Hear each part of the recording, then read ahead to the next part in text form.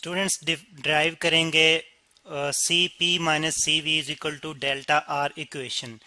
तो C P जो कि molar specific heat capacity of gas at constant pressure है, और सी वी जो कि molar specific heat capacity of gas at constant volume है। सी पी जो है ये molar specific specific heat capacity capacity capacity at constant pressure है, at constant pressure pressure और सी वी जो है सी वी ये मोलर, सॉरी यहाँ पे ए आएगा, molar specific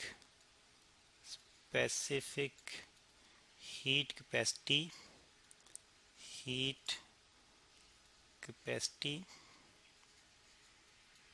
eight constant volume. ठीक है जी, इनके बारे में हम ऑलरेडी डिस्कस कर चुके हैं। ये डिफाइन करती हैं किसी भी गैस की कैपेसिटी को कि वो कितनी हीट उसको प्रोवाइड की जाए तो वो ऑब्जर्व कर सकती है उस हीट को, और साथ साथ उसके टेम्परेचर में चेंज आ सकता है। अच्छा, फिर हम जो है वो देखते हैं कि इनकी जो यूनिट होते हैं, यूनिट जो होते हैं इनके सेम क्वांटिटी हैं, जस्ट हम जो है वो जो कंडीशन है वो थोड़ी सी डिफरेंट करते हैं। यानी कि एक कंडीशन है जिसमें हम प्रेशर कांस्टेंट रखते हैं, दूसरी कंडीशन है जिसमें हम जो है वो वॉल्यूम कांस्टेंट रखते हैं। यूनिट दोनों के लिए सेम है, तो ये यूनिट जो है हमारे पास आ जाते हैं। यहाँ पे ये यूनिट लिख लेते हैं इनके लिए। यूनिट हैं जाउल पर मोल पर केल्विन। ठीक है जी, जाउल पर मोल पर केल्विन। ठीक है, ये यूनिट है।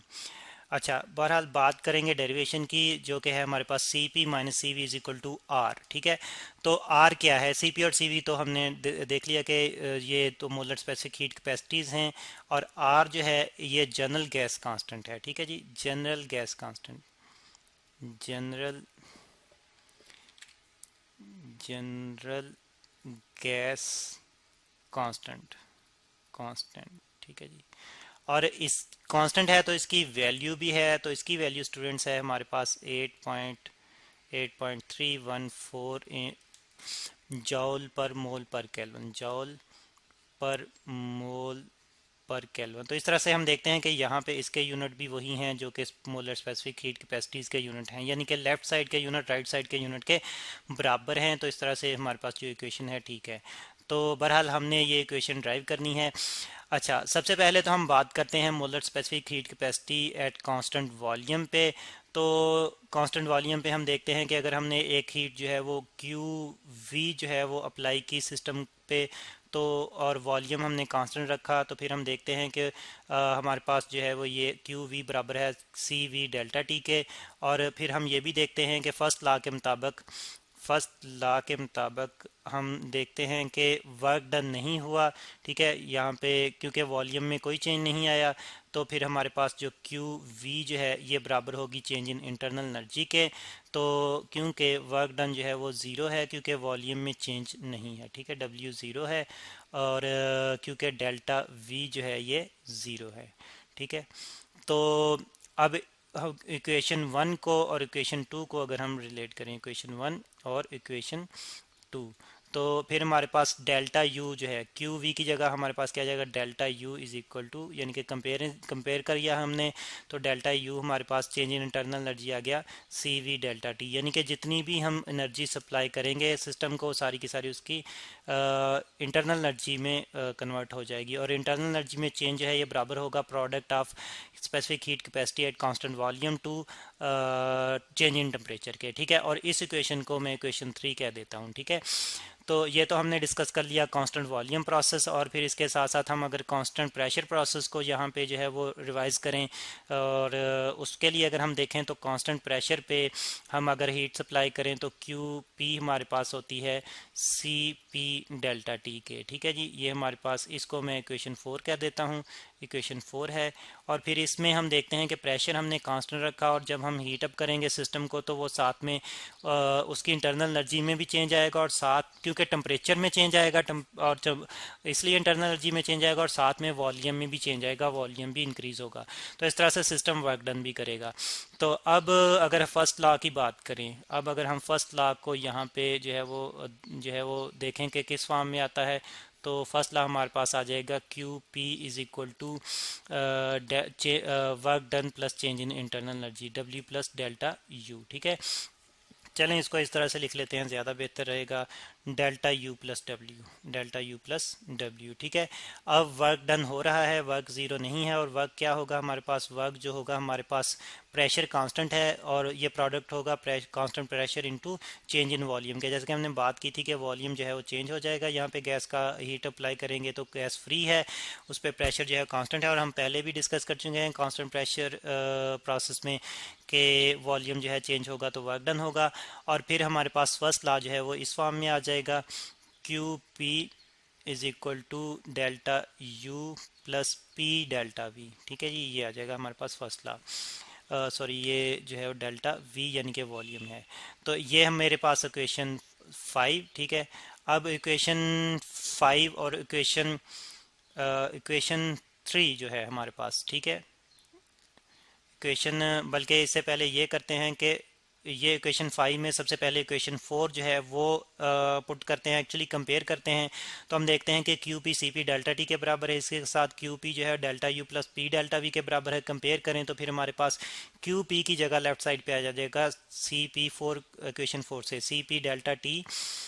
ठीक है, ये ज़रा प्रॉपरली लिख लेते हैं, C P delta T is equal to delta U plus P delta V. ठीक है जी, यहाँ पे स्टूडेंट्स में लिख रहा हूँ फ्रॉम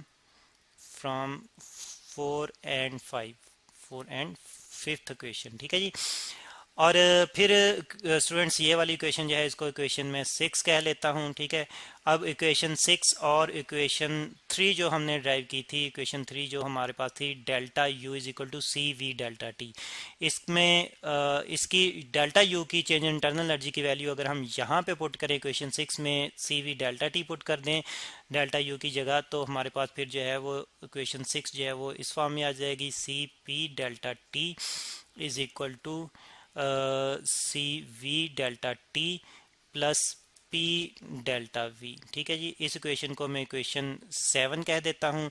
अब आइडियल गैस इक्वेशन जो है स्टूडेंट्स हमारे पास होती है, यहाँ पे लिख लेता हूँ, आइडियल गैस इक्वेशन फॉर 1 मोल, क्योंकि हम स्पेसिफिक हीट कैपेसिटी 1 मोल के लिए डिस्कस करते हैं, तो 1 mole of gas, 1 mole of gas, तो यानी कि n जो है हमारे पास 1 होगा। तो फिर वो हमारे पास आइडियल गैस इक्वेशन हमारे पास स्टूडेंट्स है P, और यहाँ पे क्योंकि वॉल्यूम में चेंज आ रहा है, प्रेशर कांस्टेंट है, तो फिर हम जो है वो P डेल्टा V की फॉर्म में लिखेंगे, P delta V is equal to R delta T। और N यहाँ पे स्टूडेंट्स में नहीं लिख रहा क्योंकि N जो है नंबर ऑफ मोल वो 1 है। ठीक है, और डेल्टा टी क्यों लिखा, आर क्योंकि कांस्टेंट है तो इसमें तो कोई चेंज नहीं आएगा। वॉल्यूम में चेंज जो है ये एक्चुअली टेम्परेचर में चेंज की वजह से है, तो P delta V is equal to R delta T मेरे पास आ जाएगी इक्वेशन। ये इसको इक्वेशन में 8 कह लेता हूँ। अब इक्वेशन 7 में पी डेल्टा वी की जगह मैं आर डेल्टा टी अगर पुट कर दूँ तो इक्वेशन 7 मेरे पास जो है वो इस फॉर्म में आ जाएगी, C P delta T is equal to C V delta T और प्लस आर डेल्टा टी। ठीक है जी, आर डेल्टा टी। और स्टूडेंट्स यहाँ पे अगर मैं लेफ़्ट और राइट साइड दोनों से अगर डेल्टा टी कॉमन ले लूँ तो डेल्टा टी मेरे पास कॉमन आ जाएगा, तो C P is equal to, यहाँ पे भी डेल्टा टी कॉमन ले लिया मैंने, into C V, sorry V C लिख दिया, ये सी वी लिखना है, सी वी प्लस आर। ठीक है, और हम देख रहे हैं कि डेल्टा टी दोनों साइडों से कैंसिल आउट हो जाएगा और हमारे पास फिर C P is equal to C V plus R जो है वो बचेगा। ठीक है, और फिर अगर मॉडिफाई करके लिखूँ, सी वी को मैं लेफ्ट साइड पे शिफ्ट करूँ तो मेरे पास आ जाएगा C P minus C V, sorry C V is equal to R. तो इस तरह से ये हमारे पास जो है वही इक्वेशन ड्राइव हो गई जो एक्चुअली हम ड्राइव करना चाह रहे थे। और फिर इसमें देखते हैं हम कि जो हमारे पास specific heat capacity at constant pressure है सीपी, ये ज़्यादा होती है specific heat capacity at constant volume CV से, और कितना फैक्टर ज़्यादा होती है, बाय फैक्टर ऑफ आर ज़्यादा होती है। ठीक है, और क्यों ज़्यादा होती है, क्योंकि हम देखते हैं कि कांस्टेंट वॉल्यूम प्रोसेस पे हमें कोई वर्क डन नहीं करना पड़ता, और जबकि कांस्टेंट प्रेशर पे वर्क डन भी होता है। तो फिर इस तरह से कांस्टेंट प्रेशर पे हमें जो है वो ज़्यादा हीट सप्लाई करनी पड़ती है ताकि सिस्टम की इंटरनल एनर्जी में भी उतना साथ साथ चेंज आए, और साथ साथ जो है वो सिस्टम वर्क डन भी करता है। तो कुछ हीट एनर्जी जो है फिर वर्क डन में इस्तेमाल होती है, तो फिर मज़ीद हमें हीट अप्लाई करनी पड़ती है ताकि सिस्टम की इंटरनल एनर्जी में उतना ही चेंज आए जितना के चेंज जो है वो कांस्टेंट वॉल्यूम के प्रोसेस में आया था। तो इसलिए कांस्टेंट प्रेशर पे जो है वो जो हमें हीट अप्लाई करना पड़ती है वो ज़्यादा अप्लाई करना पड़ती है, इसलिए कांस्टेंट प्रेशर प्रोसेस में स्पेसिफिक हीट कैपेसिटी जो है वो गैस की ज़्यादा होती है।